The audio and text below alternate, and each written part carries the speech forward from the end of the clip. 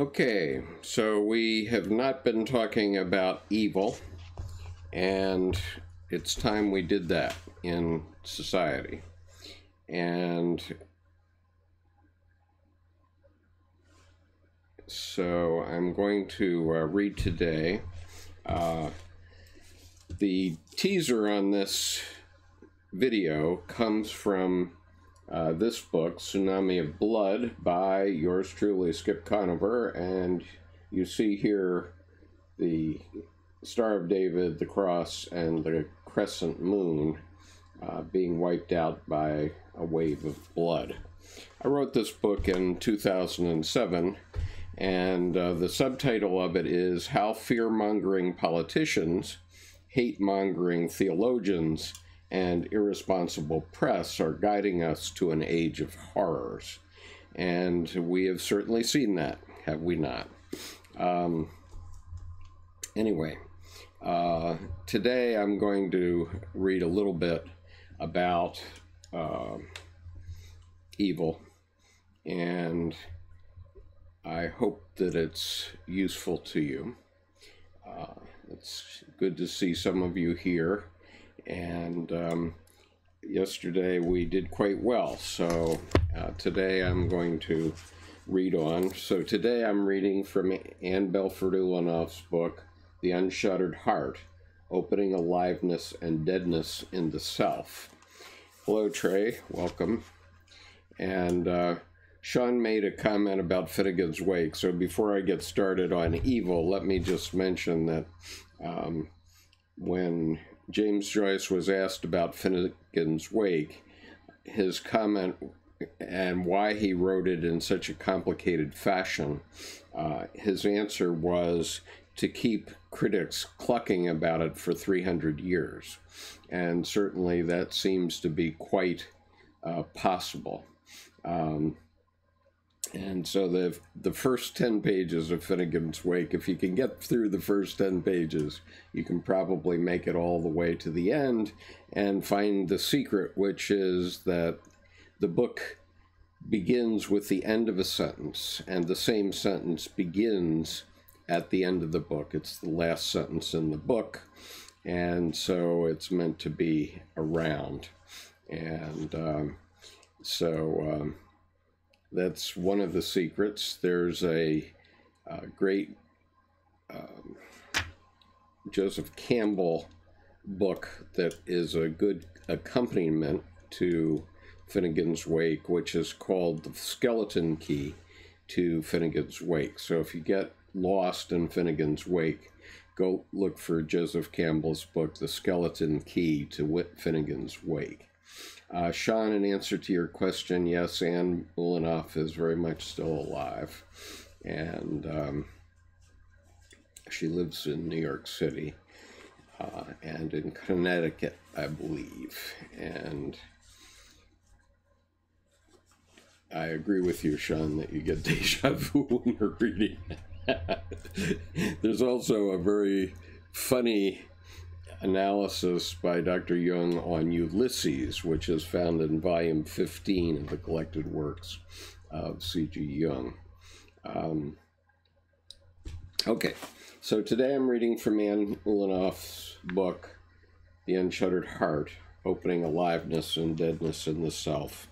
And I'm going to read most of chapter 6. I'm going to skip a couple of paragraphs that are really only useful for clinical psychologists, but I think I feel very strongly that we have made a mistake by not talking about evil in society and in the public discourse, and I think that we need for the talking heads on the various stations to start talking about it, and also about mental health, because we're just killing far too many of our fellow citizens in opioid epidemics and in mass shootings and this sort of thing. And so we can't stick our heads in the sand and not talk about these two issues. So evil and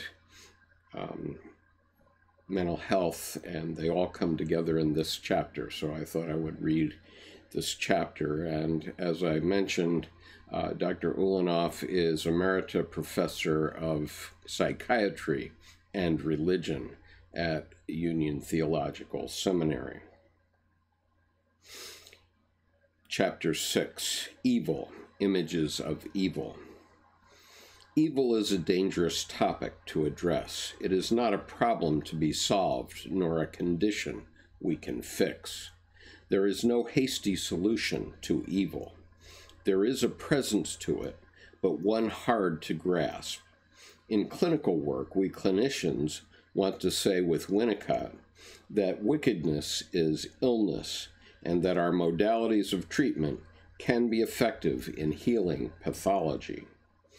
Surely that is so, but then at a certain depth, at an augmented intensity, illness blurs into evil, and we can feel in the relational field between us that the person not only suffers being held fast by something that determines their life, but now more, something threatens to annihilate their subjective agency, their ownmost self, and through them the selves of others. For evil is never a solitary venture. More like a contagion, it infiltrates the atmosphere until, before we know it, a whole nation colludes in death camps that are disavowed. A whole building hears the beatings that go on in one apartment, and no one calls child services. A whole street hears the screams of Kitty Genovese, and no one calls the cops. Why is that silence so pervasive? What is this subtracting power? What is this subtracting power that makes us unable to speak the unspeakable? Depth psychology joins theology in perceiving evil as enigma, mystery. Analyses bring images of it. The psyche speaks of the evil in its own language of impulse, affect, image. Here are some examples. At the core of my being is fear, not being able, not being possible, not being. I feel menaced, cut off, bitter, alone, an abyss where nothing comes forth. Things go out from under you, a gap I've fallen into. I cannot start, cast off, discarded. Not a subject, but a disposable thing, dust, gone, violation at the core, a void, disregard of all persons for me, falling into little pieces, wanting to hurt, to kill, trapped in the grip of something, a need to defeat, to humiliate, to wreak unending revenge, berserker rage, blank despair, no hope. It is everything, and I can't get out. We can describe effects of evil, its power to degrade truth so it is unrecognizable, to refuse to acknowledge accountability, to extinguish agency, to evade, avoid, deny, forget, conceal, go numb, retreat, withhold, withdraw, vitiate. In the grip of evil, our mind is stunned. We cannot speak of what was done. We dismantle the good. All emotional links with others are severed. So even if we repent and make reparation, it is not the perpetrating part of us that rejoins the human community, but the part that felt remorse and accepted forgiveness. The perpetrator us we must carry in our memory, and it perpetually casts us outside the circle of mutuality, beyond intersubjective recognition. Evil is like an indelible stain or a scar that cannot be erased. Even if we get away with an evil act, we pay for it. For as Jung says, evil cannot be eradicated once and for all. The thief whom the police do not catch has nonetheless robbed himself, and the murderer is his own executioner. Winnicott notes the murderer is the other side of suicide. Veterans speak of the heavy cost the psyche pays in war. Killing an adversary removes part of your soul. Your kill turns out to be a young kid much like you, armed, in uniform, sent forth by his country into battle. As time passes, feelings of guilt, sorrow, and remorse accompany the odd, displaced feeling that you have become the person you killed.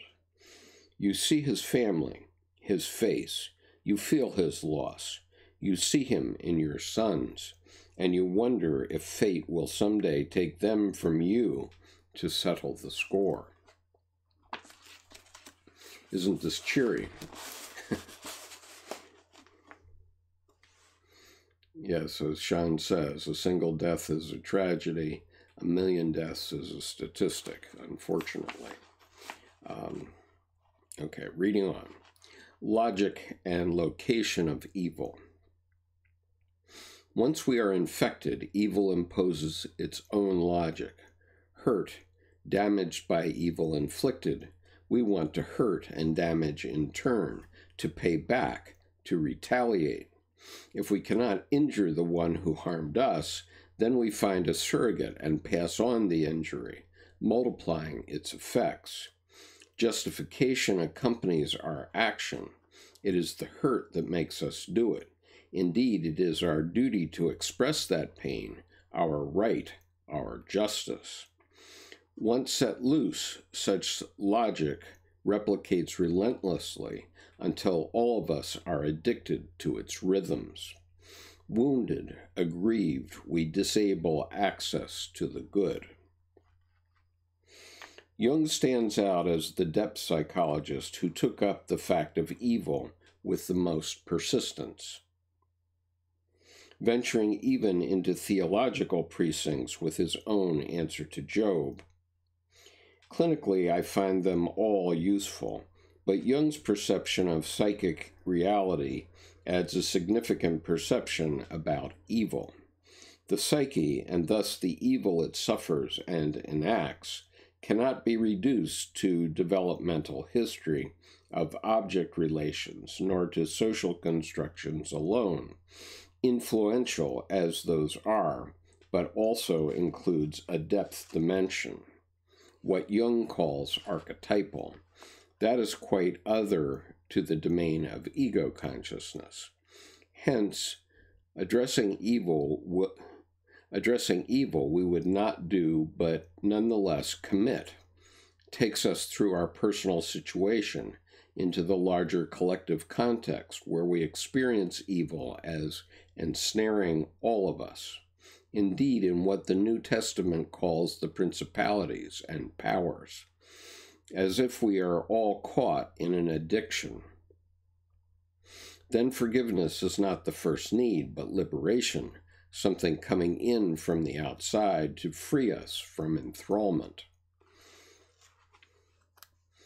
Evil from the psychoanalytic perspective. The perspective of depth psychology leads us to look first to the responsibility we have for evil, to look at our own contribution, to the wound that holds us fast, even though someone else originally inflicted it. Our dreams portray our part in the mess in which we find ourselves even when we feel most persecuted. For example, a man dreams he is riding his bike swiftly on New York City streets, as he does in reality, but this dream bike is fastened to another man's bike pedaling right alongside him. The dreamer feels menaced by this shadowy stranger connected to him and aims his bike to start through an opening between a truck and other cars, too narrow for the other biker who will be smashed against the truck. Or a woman dreamed that on the subway she donned a cap on which a sign was blazoned, "Shoot me." Another woman dreamed she and her sister were on an airplane, and her sister took an ice pick and walked up and down, stabbing the people in the aisle seats. Where do we put such destructiveness? What do we make of it? Something within us that we do not originate, nor does the analyst author, nor a textbook, though all these sources add to our understanding, speak to us about what we suffer, where we have gone, giving clues to where healing will generate. The psyche puts forth images of itself. We all, for example, have dreams of being chased by a shadowy figure. Jung uses this image of shadow to symbolize the unknown or little-known attributes, impulses, qualities that lie in our unconscious that can become conscious. Like our shadow, all this stuff follows us around, and we do not see it as easily as do others. We are less aware of these traits in ourselves than we are of those belonging to our neighbors, qualities we dislike or envy that introduce shame, unease, ethical doubt, that we rationalize away in ourselves by saying, "These don't matter much, no one notices, and besides, everyone else does it too." Jung was particularly alert to recognizing shadow complexes and bringing them into consciousness. This depotentiates many of them, much as a dog, when locked in a closet going hungry, becomes vicious, and when liberated and fed, becomes part of daily living. Reckoning with our shadow complexes is a lifelong task, best described as where do we put the bad. We can be sure that if we do not anchor its source in our own denial, split off repressed attitudes, they will transgress our neighbor's lawn or children. Personal shadow material can be traced to family prohibitions and cultural mores about what is acceptable and what is rejected as bad. Greater consciousness introduces more freedom of choice about including shadow contents and attitudes in our daily adaptations, and helps change collective shadow attitudes in society. 2. Witness greater acceptance of women's ambitions, of sexuality in its many forms, of ethnic groups.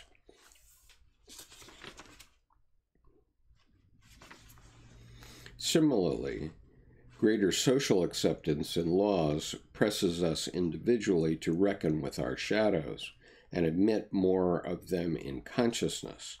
If we go deep enough in clinical work, the personal level of what to do with the bad soon mixes in with the collective and inevitably leads us to the archetypal. Dealing with trauma of molestation, for example, where an older person commits sexual theft against a younger one, leads inexorably to Job's question, "Why do the innocent suffer?" Struggling with the effects of such theft, where someone else's disorder invades and leaves a mark forever on our own psyche, leaves us struggling with the shared dimension of evil, its communal aspect that spawns discrimination, injustice, and oppression. Let's see, I'll just take a quick moment to refer to your comments and questions.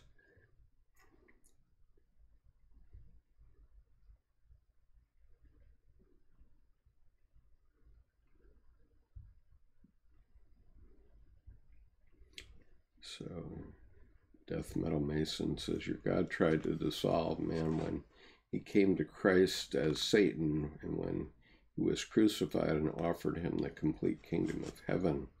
If he had taken God's power completely into himself, it would dissolve all existence as you know it. this is what separates him from all prophets. Trey says, when I was young, I had a dream about killing babies. When I woke up, I was horrified at my capacity to think such things. I must have been only 7 or 8 years old. It traumatized me a bit. There's a message held for review here. Death Metal said,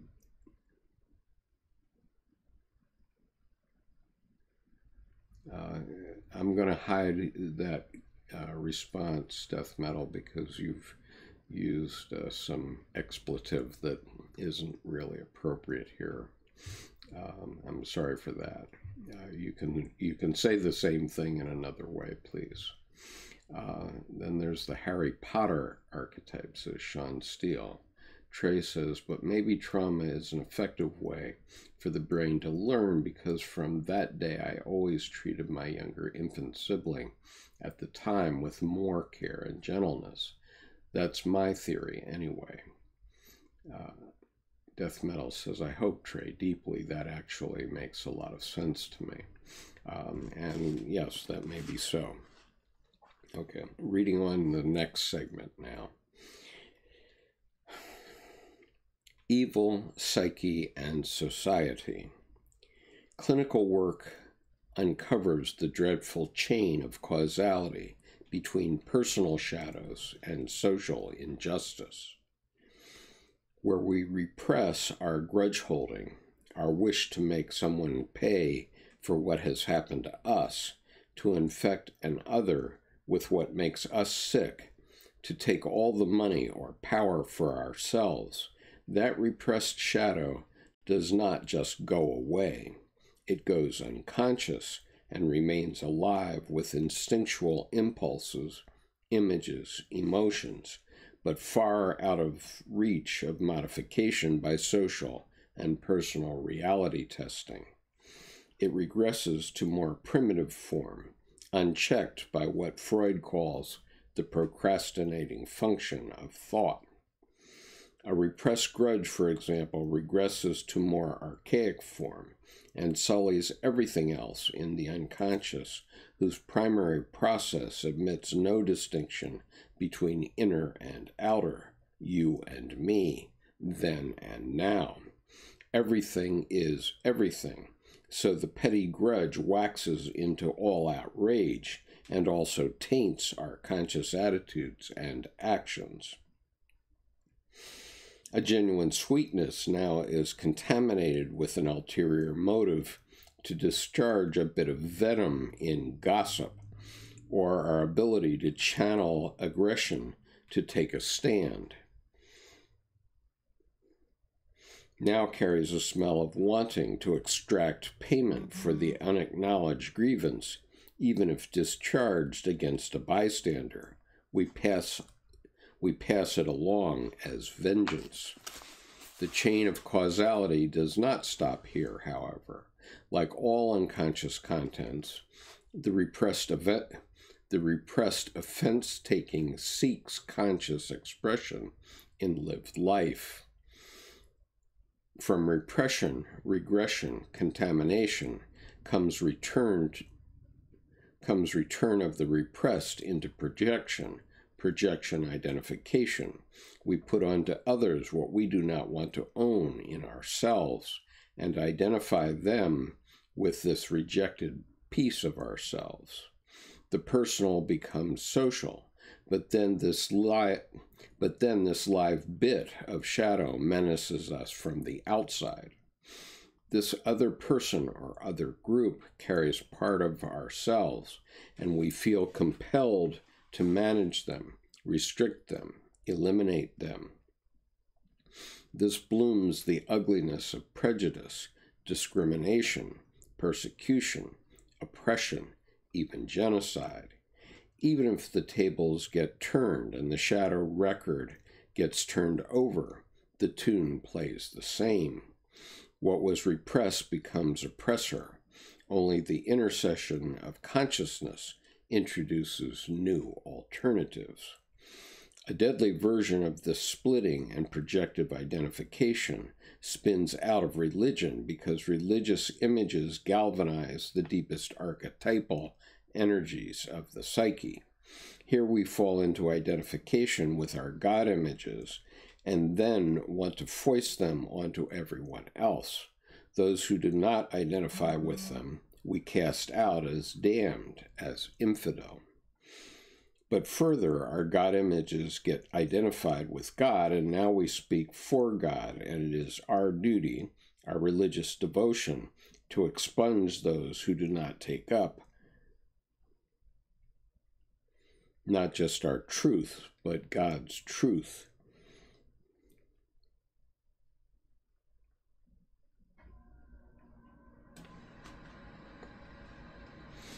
I'm going to repeat that sentence. But further, our God images get identified with God, and now we speak for God, and it is our duty, our religious devotion, to expunge those who do not take up not just our truth, but God's truth.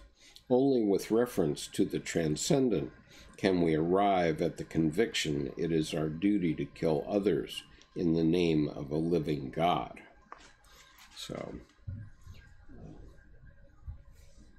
I think we've all seen that. Death Metal says, Sean says, very interesting, regress, grudges, shadow complexes. Yes. Okay. The hinge of evil. Greater consciousness, however, takes us down deeper into the mystery of evil. And through that to evil per se, its mystery in itself. Grudge may be your trapdoor, mine avarice, someone else's sloth.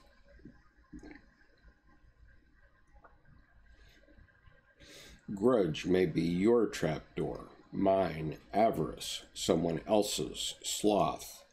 The 7 deadly sins list the usual pitfalls through which we get ushered into evil in the large. An example comes from a woman who stole something from her hotel room in a foreign country.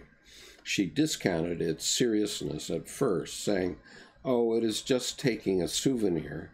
We do it all the time in America." Not until she heard on a tour that theft was the most prevalent kind. Not until she heard on a tour that theft was the most prevalent crime in that country and exacted prison sentences did it come crashing in on her that she had done something wrong, careless, inconsiderate, and what it was that she did. Working on it in analysis, she faced into the moment of theft. She said it was like a blank space, a know-nothing state, where what she knew made no difference.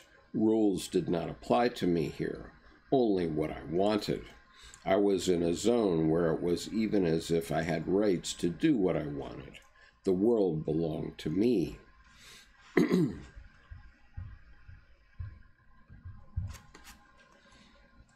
Listening to this, I was mulling over Winnicott's notion that delinquency is a sign of hope, a reaching again for the good enough mother that had been lost. Stealing is reaching over the gap to the mother one has rights to as a small child, and this kind of good mother initially makes the world available to her child, as if reality matches the child's wishes, thus lending her child the illusion that the objective world concurs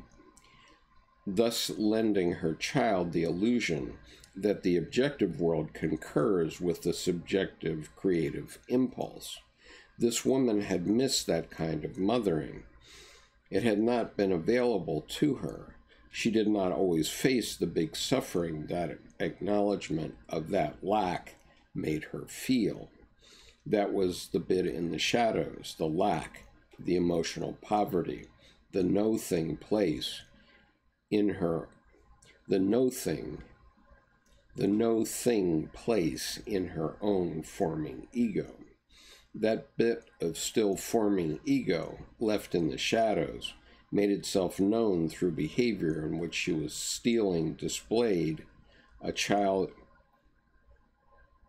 made itself known through behavior in which her stealing displayed a child's attitude that she had rights to the world as there displayed a child's attitude that she had rights to the world as there for her taking. When she realized she had in fact stolen something, and such acts were considered a crime, punishable by going to jail in that country, and that maybe the hotel maid might be held responsible, anxiety came crashing in and self-attack. How could she be so unaware of the culture in which she was a guest, so thoughtless of the maid, acting like an ugly American, especially in the current geopolitical climate, so grandiose to think she had all the rights and that the rules did not apply? She saw in herself how stealing could just happen. She made amends by paying for the item and getting a receipt, but remained sobered, stopped, arrested by this blank space she had found in herself where anything could occur, and she could be arrested in the outside world. The blank space was the unmothered child in herself, reaching out to claim the mother, acting as if the object were the mother there for her taking. That was the hinge, the trap door between her personal development and the collective problem of stealing. Once she was aware of this hinge, she noticed it in her all the time. She did not have to go to a foreign country to discover this alien, shadowy part of herself. It was no longer so far away from her consciousness. In the cosmetics displays in department stores, she wanted to reach out and take glittering cut glass bottle of perfume. She wanted to reach out and take a glittering cut glass bottle of perfume. In a grocery store, she felt the impulse to take one of the fat dates on display, or plum figs in a basket. Did she know that would be stealing? Yes and no. Yes, in her observation that she would look around to see if any clerk was watching. No, in the almost trance-like self-state, a zone out of time and space, moved by desire and the impulse to satisfy it. The world was her oyster, there to feed her yearnings. There to feed her yearnings. That sense of the world is that sense of that sense of the world as a subjective object in that moment, not existing external to oneself, but existing to reflect me, to refer to me, to belong to me, and support my coming into being, much as a mothering one does for a child, gave me a clue. She had missed this utterly, and through this irrational impulse, this antisocial desire, she was reaching back to take what had belonged to her as a child entitled to a mothering one, bringing the world to feed and support her growing into a self. From an ego point of view, she was in danger of shoplifting. From a deeper self point of view, her psyche moved her to reach for a left-out part, the sheep that had got lost, an impulse to go out and find it and bring it in to make for greater wholeness. But views are true. Both views are true.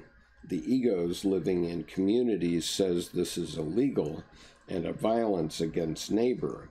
The self view as center of the whole psyche, not just consciousness, says this behavior, this disorder, makes sense in the world, makes sense in the whole, and is struggling to repair the whole.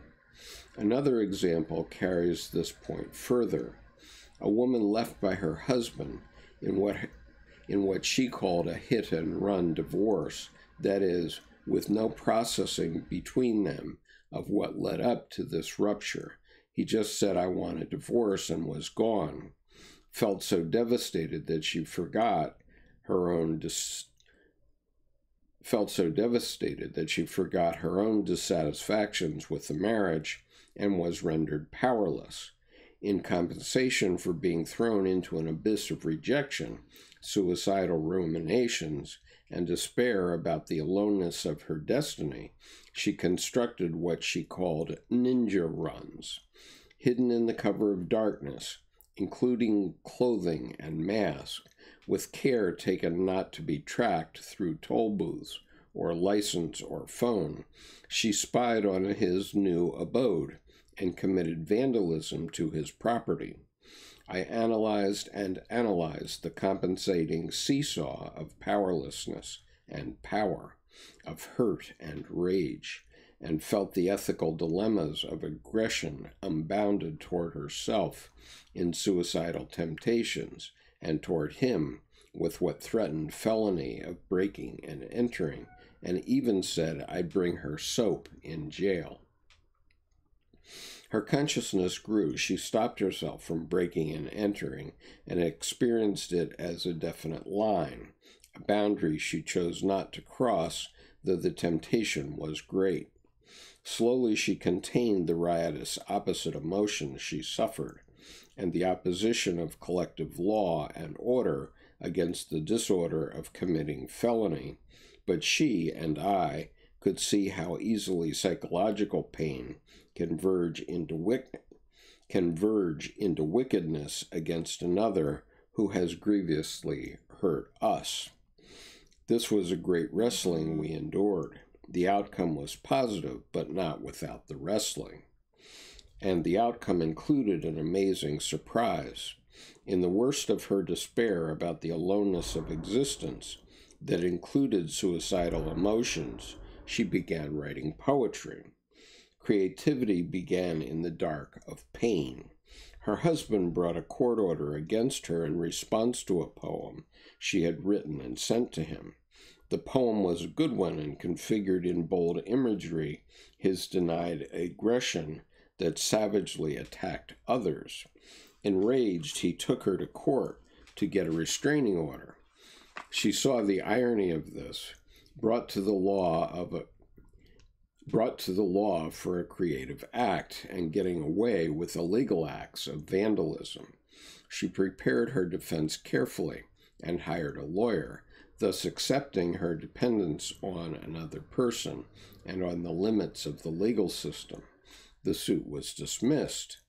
What surprised and deeply impressed her and me was that she was supported by a bigger rule of law that before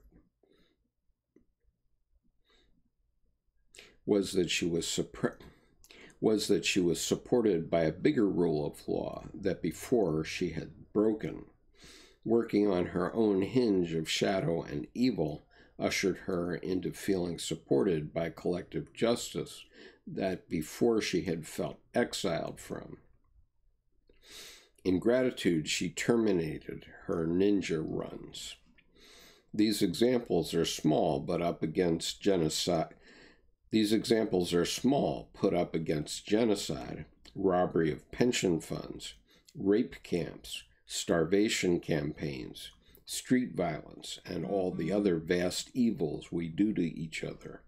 But these small acts or omissions contribute to the possibility of the large happening at all. The small and the large evils share in common the rendering of the subject as a disposable object, unrecognized, insignificant. And when we reach the size of terrorist acts that always require the authority of a group and a link to the transcendent, the murdered victims are dismissed as infidel, dust, or as deserving what they got. Rage at such helplessness ensues, but only wears us out. Evil sneaks into the crevices, the cracks. Personal evil acts spawn evil acts on a large collective scale. When military leaders do what is morally wrong, it breaks the spirit of the soldiers, and atrocities occur that destroy the sense of continuity in values.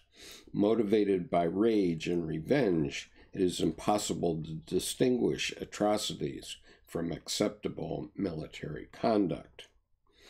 Betrayal of what is right and use of drugs and alcohol to self-medicate lands many veterans in psychiatric hospitals suffering post-traumatic stress disorder. Their sleep for decades is shattered by nightmares that are usually ignored by medical institutional care, yet in fact constitutes the psyche's attempt to bring to consciousness and heal this soul murder. When a government system draws its vulnerable citizens into its corrupt racial policies, such a person becomes the visible executioner as leader of a hit squad of what the group silently endorses. When church officials reassign to another parish priests guilty of sexual abuse, a virus is let loose into the new community, polluting the innocence of new children and abandoning the priest to the ravages of his compulsion. Clinical work can help with these issues of evil on the personal and collective levels. As one psychiatrist put it, I don't believe anyone is crazy. They are just caught up in faulty premises. About her own treatment, she said she felt forgiven by me. About her own treatment, she said she felt forgiven by me a lot of the time, meaning it was not so bad what I did. I did it for a reason. Clinically, we can trace the missing bit that has remained in the shadows and restore it to the community of consciousness. We can help differentiate and endorse the effort to do what we can to address, alleviate collective shared evil. Wrestling with our bad contributes to society. We may remove a drop of venom from the collective atmosphere, but even if we do not solve it, we carry it and do not load it on our neighbor. Okay, there's one more major section here.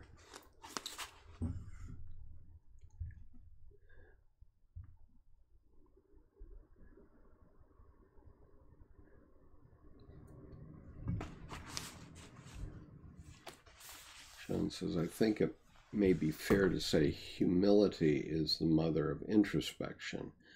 Trey says, do you think people can learn after the parenting phase? I think so, although it may be harder. Sean says, the man was not ready to face his own inner demons, so he manifested them into reality. Trey says, I've heard someone say revenge is a fool's game. Sean says, I like the phrase, thought contagion. And Trey says, it is the duty of those gifted in introspective ability to recognize pathological contagions and do what we can to change that energy into something more positive. I'm hoping that's what I'm doing here, folks. And I'll just observe as a side note back several pages here that when Dr. Jung is saying, even if we get away with an evil act, we pay for it. For as Jung says, evil cannot be eradicated once and for all. The thief whom the police do not catch, nonetheless robbed himself, and the murderer is his own executioner.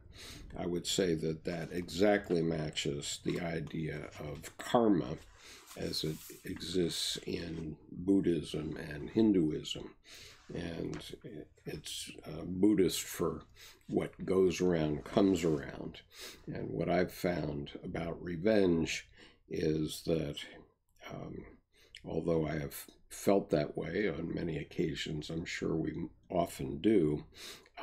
I never have to do anything because karma always gets the perpetrator. So I can just sit back and watch, and it works perfectly every time throughout my life. Okay, so now the next section, which is the last section, is archetypal patterns of evil.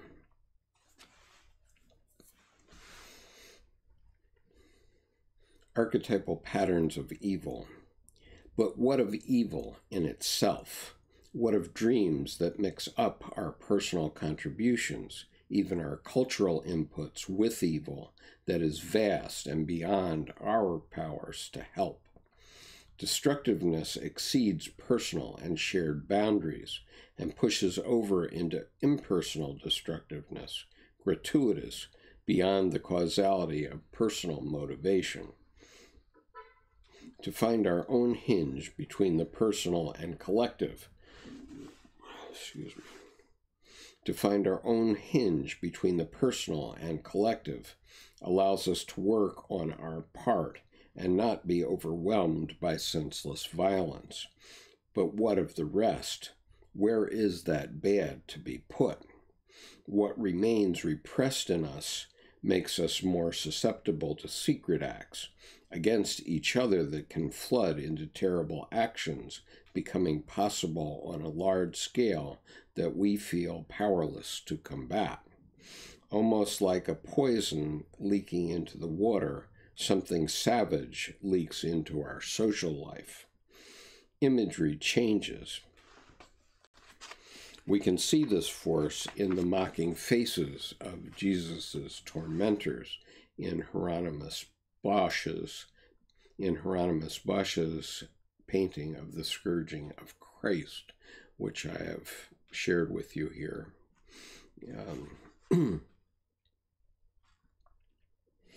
We can see this force in the mocking faces of Jesus' tormentors in Hieronymus Bosch's painting of the scourging of Christ. That envious gleam in the eye betrays the appetite to destroy that takes over the one who taunts, as well as the victim who suffers his jeering. We can feel this force in the hacking to death of a whole people by a rival people, and when horsemen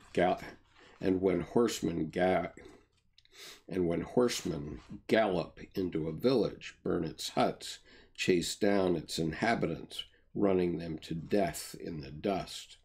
We can sense this force when a system of government or a group, a society, a nation promotes an abstract position paper and refuses to look into the effects of this policy on actual people, whole groups of them, who will be excluded if this position is endorsed.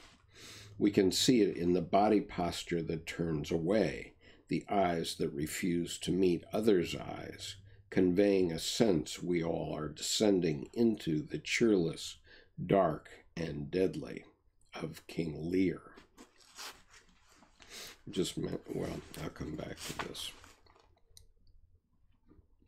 Once we take up evil, it takes us down through the clefts and fissures of the gap where its force is felt, and we find ourselves in line behind Cain and Job and Jung too, to ask, where does this come from and how are we to respond? It helps to learn we can work on our shadow bits and retrieve on the personal level what has been repressed, so it need not regress to primitive form that we act out on self and neighbor. It helps to see that this repair in our individual lives reduces the collective threat of evil in our shared life by withdrawing our projective identifications of the bad unto others to lessen the acting out of prejudice and violence on a group scale. But what of this impersonal force of evil? What of this vast bad, this seeming evil in itself? What are we to do with the evil force that exceeds personal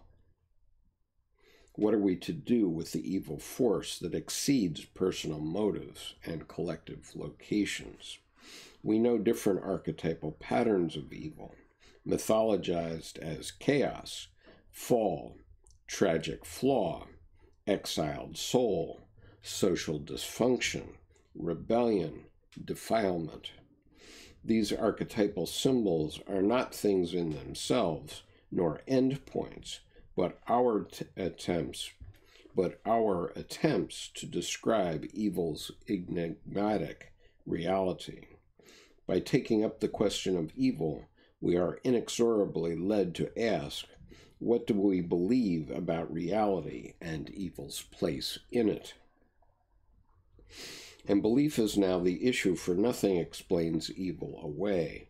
Nothing eradicates it once and for all. The issue now is not the definition of evil, but how we shall live with it. And that means an expanded kind of consciousness that admits evil as well as good, admits unknowing, not knowing as well as knowing, faith as well as doubt. We are pressed to express how we see the place of evil in relation to our images of the all and vast, to our God images, to whatever we call our relation in reality as both here and now and transcendent. Whatever view we hold affects our clinical work, for it is the place from which we hear this particular analysand resonating through all the levels of living, personal, cultural, archetypal. We do not speak of our view, nor does our patient necessarily agree with our view, but we need to be aware how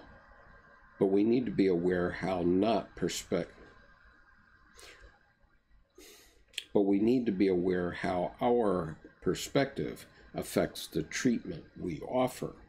We could investigate it through our countertransference to evil and good. One position, and I would see Jung here, is the tragic view, that evil and good are elements of being itself that inescapably vie with one another as two eternal parts of a whole. Jung symbolized this whole as the self, which he described as the center of our whole psyche, conscious and unconscious, and drawing on St. Augustine's image of God, and drawing on St. Augustine's image for God as whose center is everywhere and whose circumference is nowhere. The self as archetype has good and bad poles.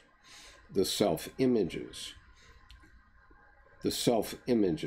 Jung says, are indistinguishable from God images, so God has good and bad, dark and light sides.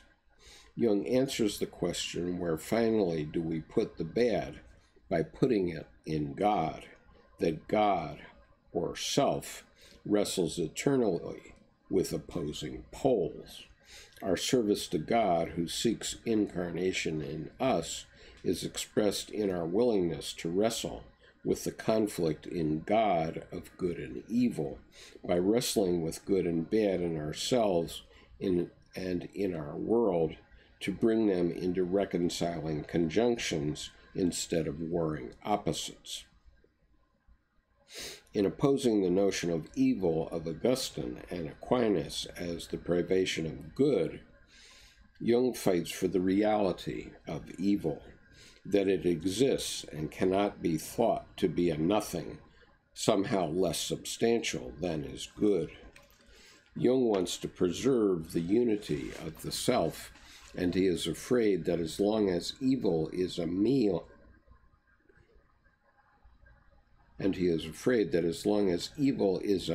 on a different substantiality that is good, that no one will take the shadow seriously, and a Hitler or a Stalin will be seen as representing a mere accidental lack of perfection.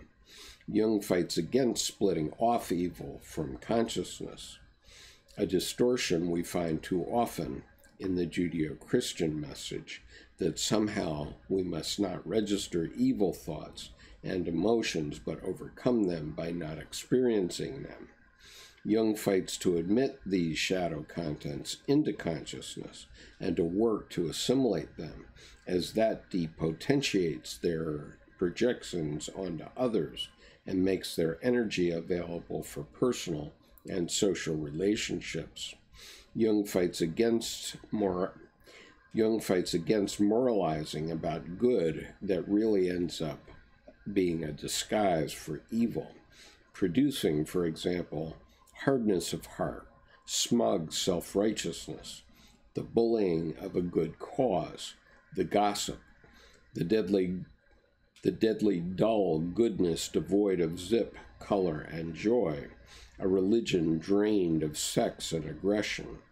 Jung fights against the ascription of all evil to us, as that makes us indulge in a miserable worm theology, reducing evil to our fault, and that lays the door open to theological sadism.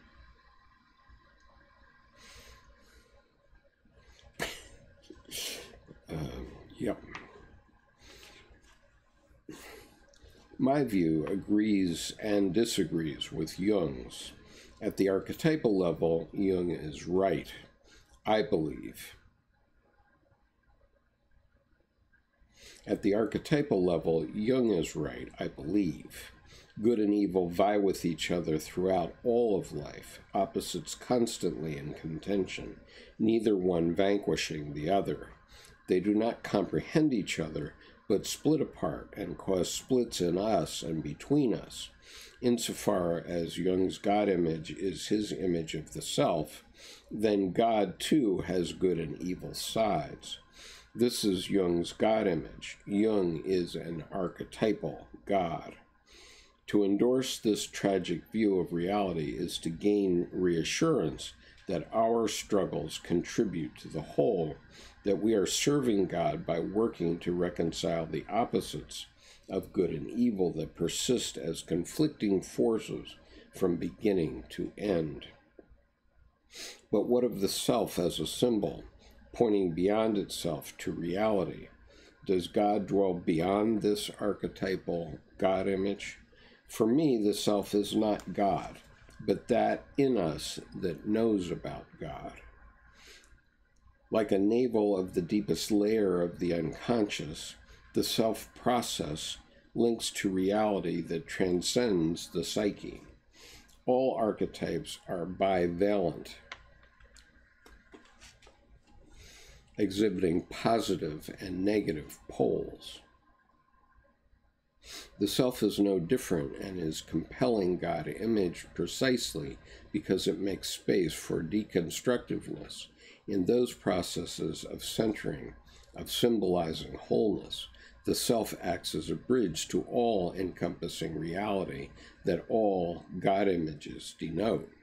Self-images and processes, then, extend toward reality that all God images point to, a reality transcending the psyche, in which ordering is spontaneous, whole, unified. But at the ego level, that is, ordinary conscious level of life, both individually and collectively, we experience the bivalent archetypal field as good and evil fighting against each other, neither fully victorious nor defeated. In every order is disorder. The Gospel of John's ringing words describe this conflict. The light comes into the world, and the darkness does not understand it and does not conquer it. If we use blackness as the symbol of the holy, we can say the gleaming blackness in which the holy dwells is never subdued by the light. However, we use light and dark to symbolize good and evil. They compete forever. The light never outshines the darkness, and the dark never blots out the light.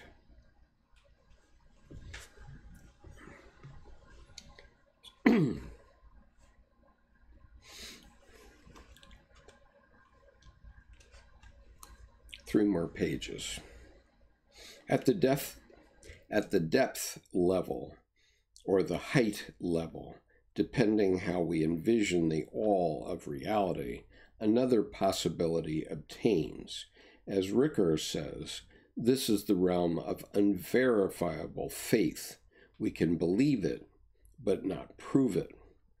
At the ego level, good and evil, light and dark, always fight. At the depth level, so Christianity proclaims, the light has already conquered. We have been brought home to a healing darkness. Here the heart of reality takes into itself evil and the endless suffering that streams from it. Judaism symbolizes this as the suffering servant of Isaiah.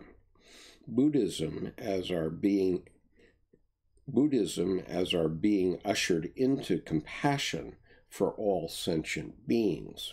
Christianity symbolizes this as the figure of Christ, who takes the suffering of evil onto himself, saying in effect, the buck stops here.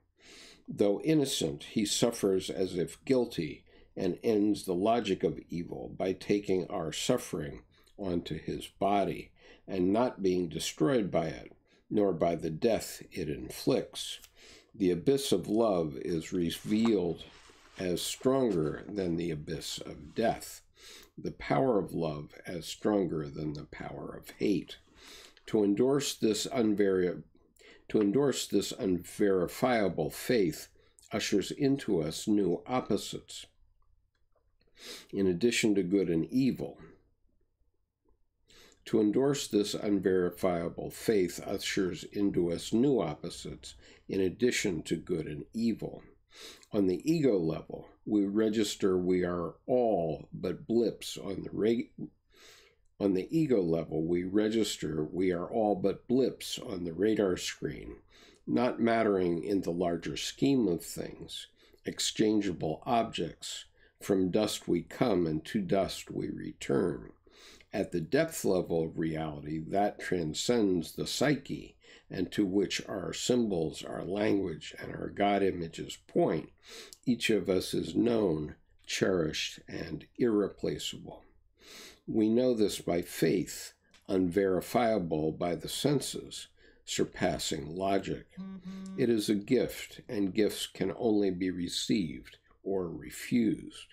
To receive this gift means to live in paradox, in different spaces or states of consciousness simultaneously, and it is mediating on the mystery of evil that brings us, and it is meditating on the mystery of evil that brings us to this new awareness. Our consciousness admits the reality of the psyche, that though we experience it as ours, the psyche is also objective, not reducible to our subjective experience, nor to social constructions, nor to our historical object relations, any more than the body is. We continue recognizing that our conscious choices, our cultural conditioning, our object relations still influence who we are and can become, but also see this reality of the psyche. We live in the paradox of discovering the objectivity of the psyche through the subjectivity of our own psyche.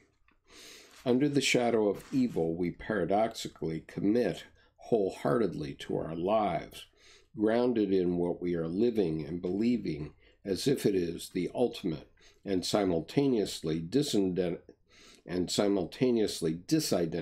from our path because it is not the ultimate. And simultaneously disidentify from our path because it is not the ultimate. The ultimate is bigger. We are employees in a larger firm. That paradox of commitment and non-attachment means we live with knowing and not knowing, unknowing.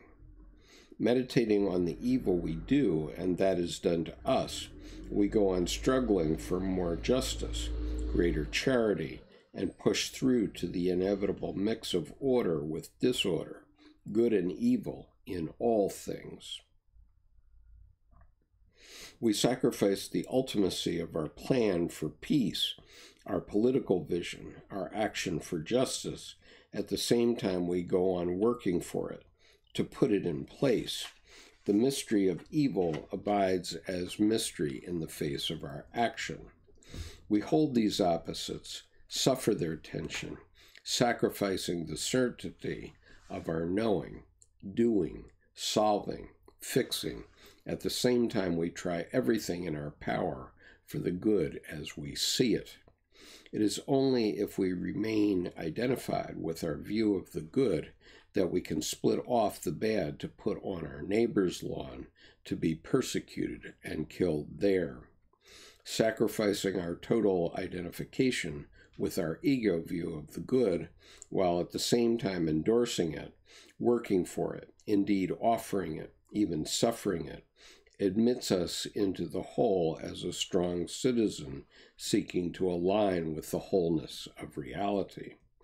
The hinge I spoke of, where our personal shadow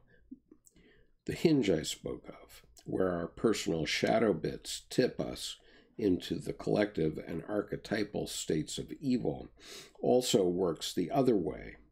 If we take seriously the evil we do and the evil done to us, both individually and as groups, we are pushed into the bigger question of how evil is part of existence, how we see reality in the place of destructiveness in it. Winnicott worked on the transformation of destructiveness in personal terms, that it establishes the externality of the other as a subject independent of our projections, and that it feeds our unconscious imagination to see daily events ever afresh. Jung worked on the transformation of destructiveness in God, and saw our struggling with opposites as a service to the divine, which anchors our personal and social structures in meaning. For me, I see destructiveness finding its proportionate place in the larger whole of reality as channeling aggression through consciousness to build up strong ego and cultural identity and symbols, and at the same time delivering us to the edge of our identities and symbols, pointing beyond them to the larger completeness of reality. We hold to our identity and our symbols at the same time we know this one variation in a larger theme of human identity, we hold to our identity, our symbols, at the same time we know this one variation on a larger theme of human identity. This one set of symbolic renderings is not the whole story. We are anchored and let loose from our moorings simultaneously. Using our aggression to form images, words, and constructs of how we see the totality, the company for which we work, and seeing that those images and words are destroyed because they are finite and cannot grasp the unoriginated infinite, gives us a place to destructiveness within the whole. We project our visions onto the vast and all. We create God images and reify those perceptions into ritual and dogma, and also see that these are what moth and rust doth corrupt. Our precious beliefs are not the ultimate, but they do usher us toward it. The narratives we create are also the narratives that are destroyed, because they are only stories, not the mysterious subject of the stories. But we need the stories to see the mysterious subject, and so the dance of aha.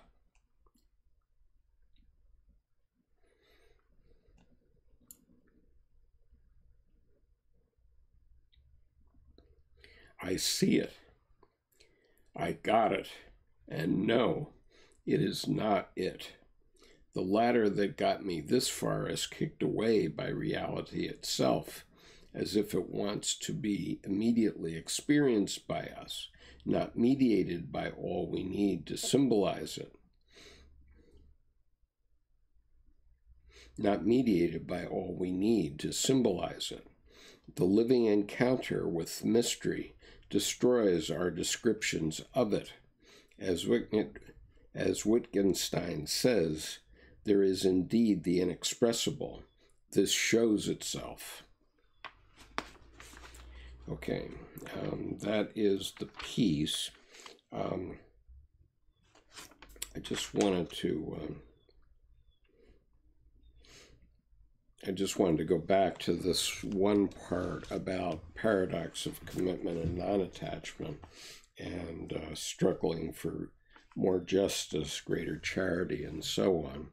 At the end of World War I, the Allied powers wanted to punish Germany for World War I, and so they inflicted the Treaty of Versailles on the German people, who had been suffering greatly since the early 1920s and almost since 1914, when World War I began.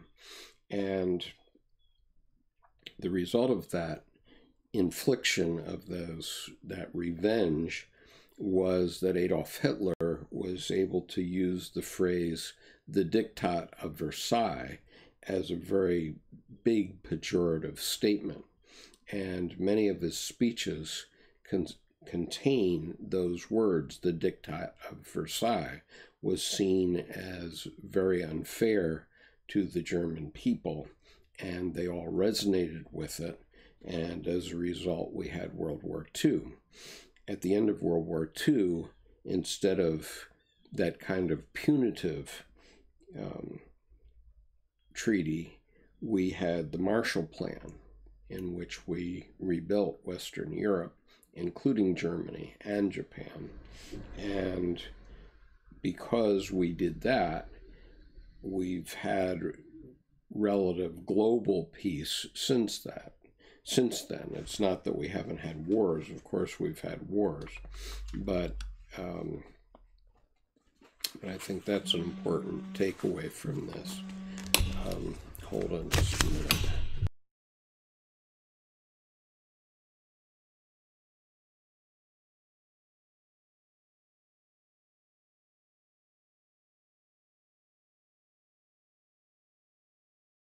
Sorry about that. Okay, let me go back to your comments.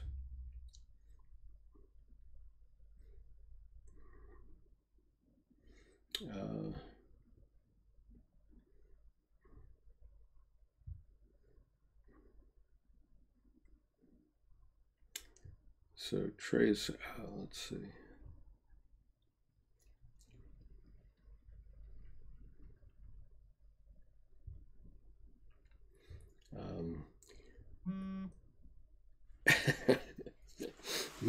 Miles says, and I appreciate this very much, Miles, call me cheap, but Skip is the only Patreon subscription I have, just saying.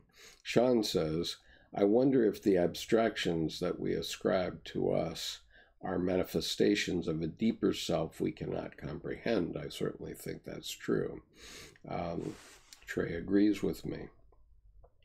Trey says, I'm a fool for constantly trying to comprehend the incomprehensible and to speak the unspeakable. People who know don't talk about it, and people who talk about it don't know.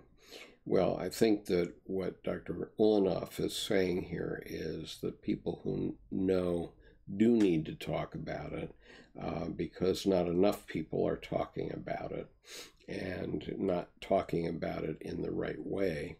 Unfortunately,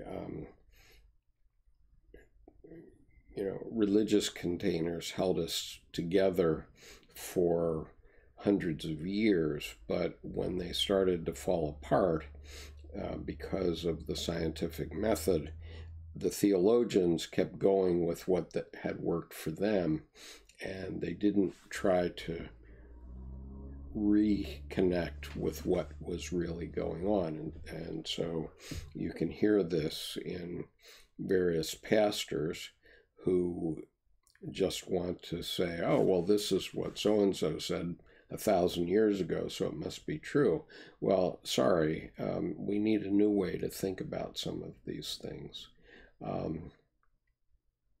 And we need some people like you folks, because I'm getting too old to be relied upon to work out what needs to be said. We need to get it out there. And so this discussion, as I indicate on this particular live stream, this discussion of what evil is and how we need to deal with it is a very significant discussion, and obviously it relates to mental health, which we almost never hear discussed on cable news, on the talking heads.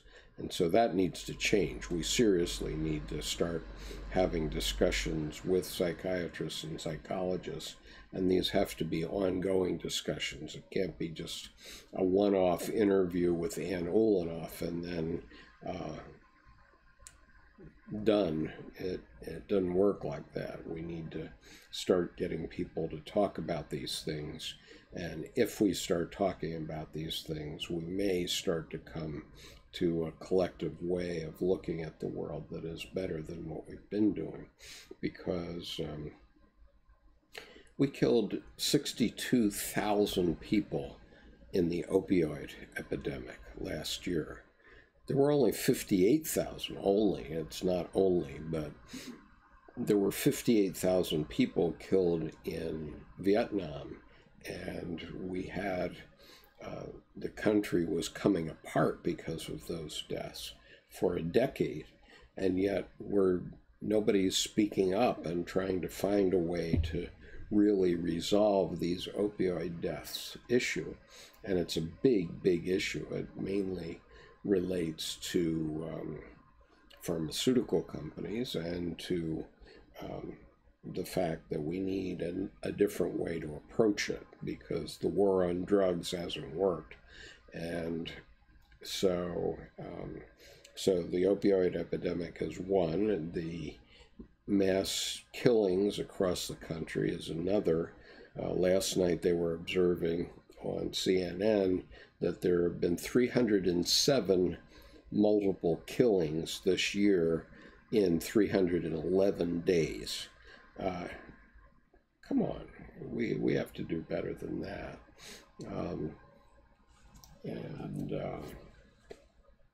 And we have to get better about helping people who are incarcerated for, especially for drug issues. We need to get them help, but we need to rehabilitate everyone that's in prison, with the exception of lifers, let's say, because if they come back into society, we don't want them pouring evil into society. We want them working for good.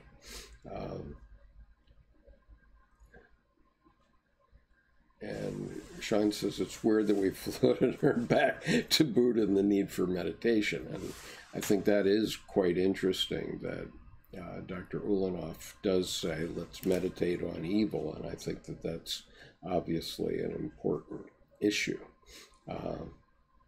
And so if you live with your eyes closed to whatever is difficult to face, does that mean those things don't exist? Obviously, it is a good poll question, Miles, but unfortunately, I think ostriches that have their heads in the sand often get their butt kicked. Sean says, why should there be a need to recognize that reality is reality in the first place? No one actually thinks of something as obvious as that in their daily life. In the same way, the presence of air goes unnoticed.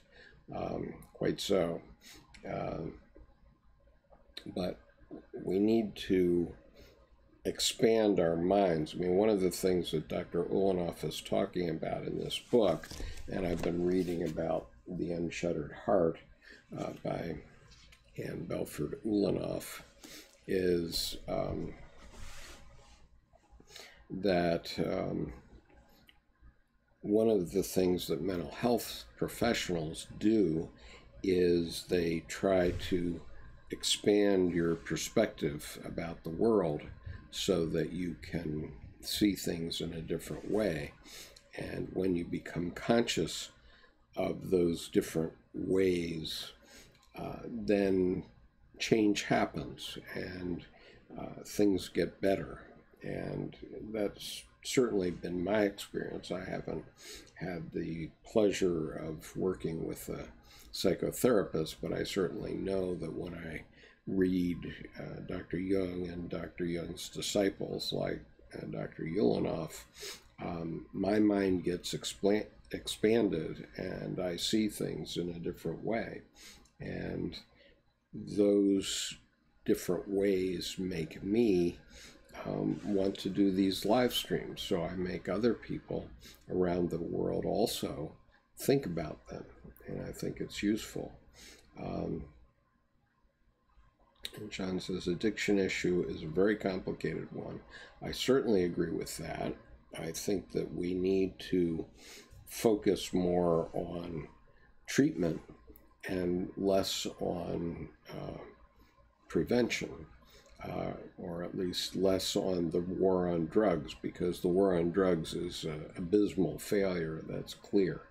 We can't prevent it, so we need to find ways of teaching about it and treating it more effectively so that we can reduce it in our society. And the same is true of our discussion of guns, let's say. I mean, yesterday the NRA was reported to have said ER doctors need to stay in their lane and shouldn't be talking about gun rights and so on. And if you haven't seen the repercussions from that statement, you should just take a look at Twitter, because the ER doctors who are digging bullets out of people's heads and bodies said, this is our lane and this is appropriate for us to discuss, and to discuss now, because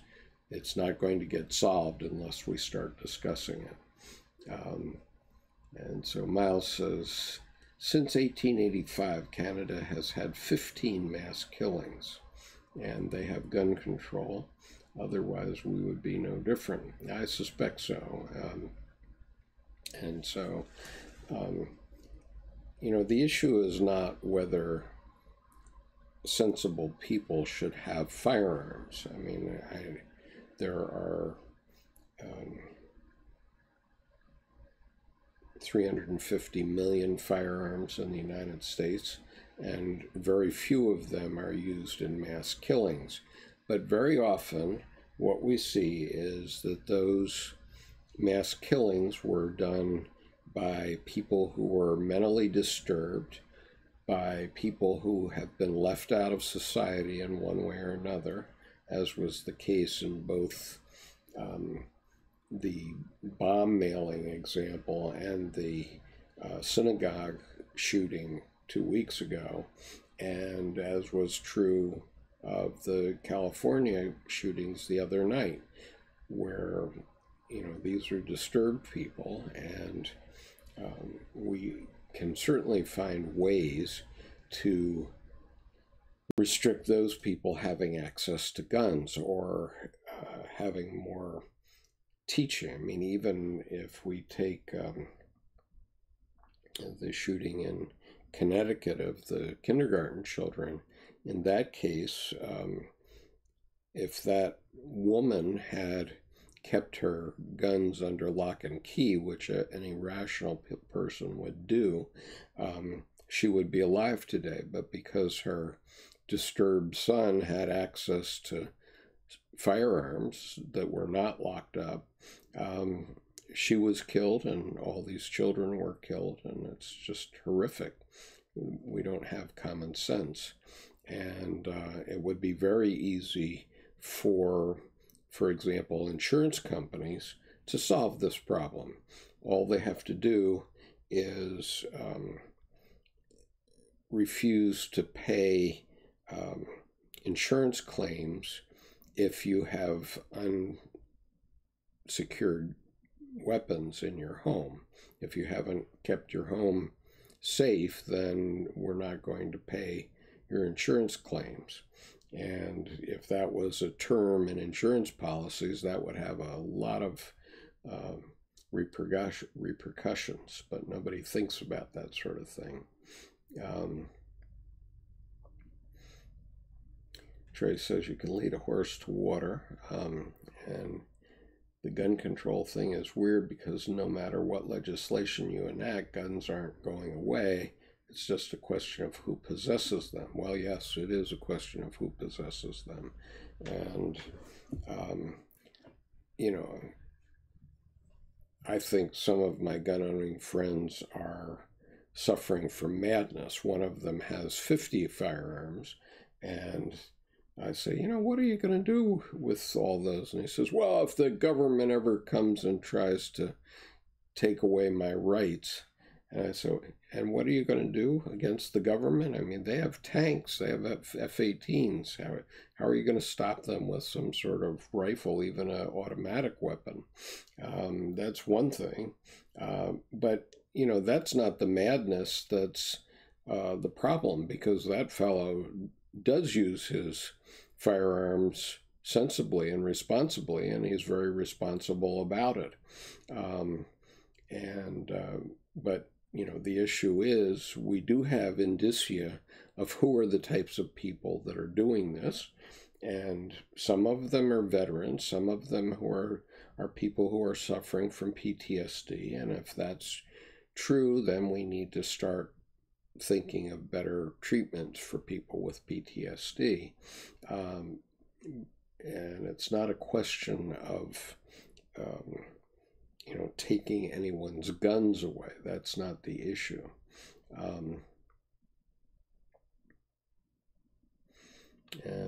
Miles says, to go to the pistol range, a vetted owner must transport it with locks. Well, this is the case in the state of Maryland, too. You're allowed to have a weapon in your home. You're allowed to have a weapon in your place of business, and you're allowed to carry the weapon between home and your place of business if you go directly. If you stop at the grocery store, you're not allowed to have your gun with you. And it works pretty well in Maryland, as far as we can see, as far as I can see.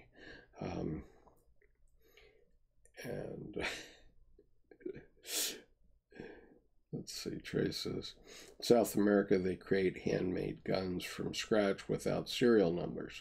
Well, yeah, I mean, that's always a possibility. But, you know, in Japan, they don't even allow swords. I mean, if you have a samurai sword, the actual blade of a samurai sword, you're not allowed to have a handle on it.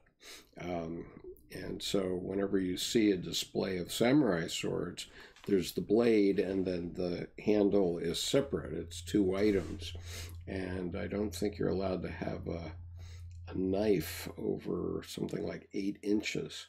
But, you know, in Japan, I always feel completely safe. In Singapore, if you discharge a firearm for any reason, the penalty is death. But we don't hear about many mass shootings in Singapore, do we? Now, I'm not advocating that as a rule for the United States. Obviously, that would be impossible. But I just say that there is common sense. If you use a firearm in an armed robbery in Taiwan, the penalty is death. And so you rarely see armed robberies that way in Taiwan. And so, you know, other countries do control these things. And in the United States, we have to remember what the Second Amendment was about. And the Second Amendment is really about creating a militia. And so the very first 4 words of the Second Amendment, let's just pay attention to what the reality is here from a constitutional point of view, since everybody wants to play with the darn Constitution. Let's see.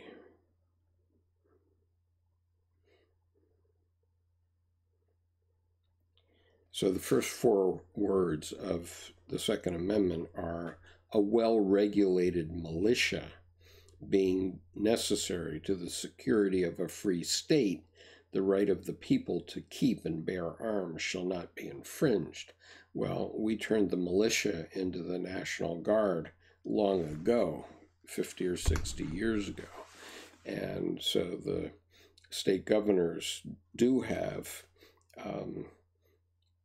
control of the National Guard unless they're federalized. And so it's actually the National Guard that's protected by the Second Amendment. It's not that every mentally ill human being in the United States should have an Uzi. That's not what it means. And so we have to get a little bit smarter about the way we think about these things. But, I mean, yeah, people can always get guns. If they're going to commit a crime, yeah, they can get guns. But it's, you know, these mass shootings aren't typically by hardened criminals. They're typically by people who have mental health issues. And so we need to educate better about mental health, and we need to do a little bit better in controlling how the guns are maintained in someone's home. And so, you know, I have lots of friends in the state of Maryland who have weapons for hunting, let's say. And they, you know, they're not restricted in that respect, but we don't allow guns to just be carried around just for the hell of it in the state of Maryland, and that's been tested to the Supreme Court and accepted. So, but I think that the thing that I wanted to emphasize by this reading is the point of evil and the evil in all of us, and the fact that we should all be meditating upon it. And I was using very similar language 10 years ago when I wrote this book, Tsunami of Blood, by Skip Conover.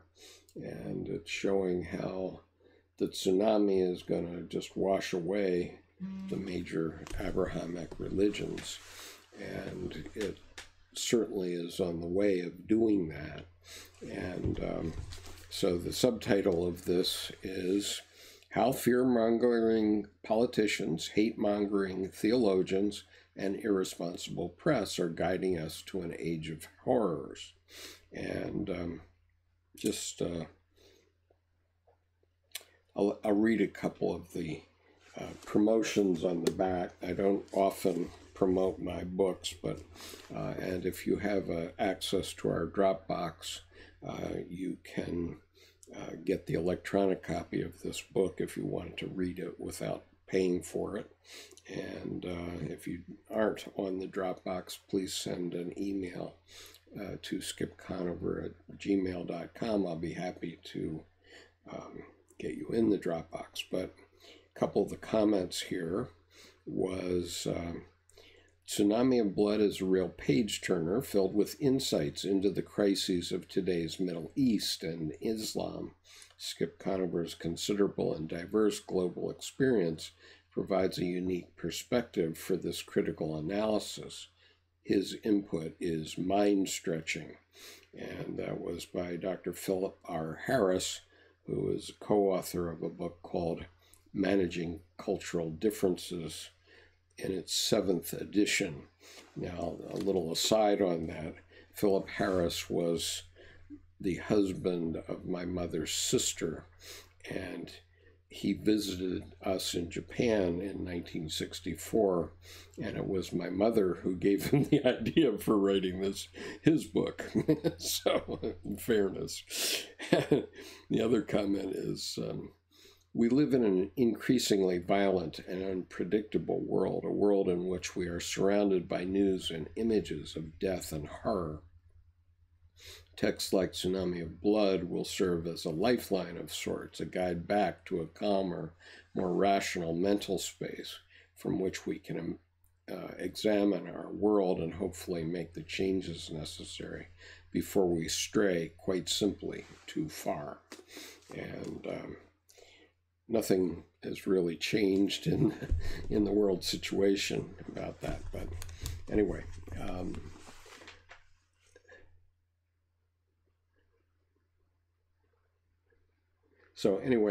thanks for joining me today. I'm going to discontinue this reading today, and I will make it available to the public very soon.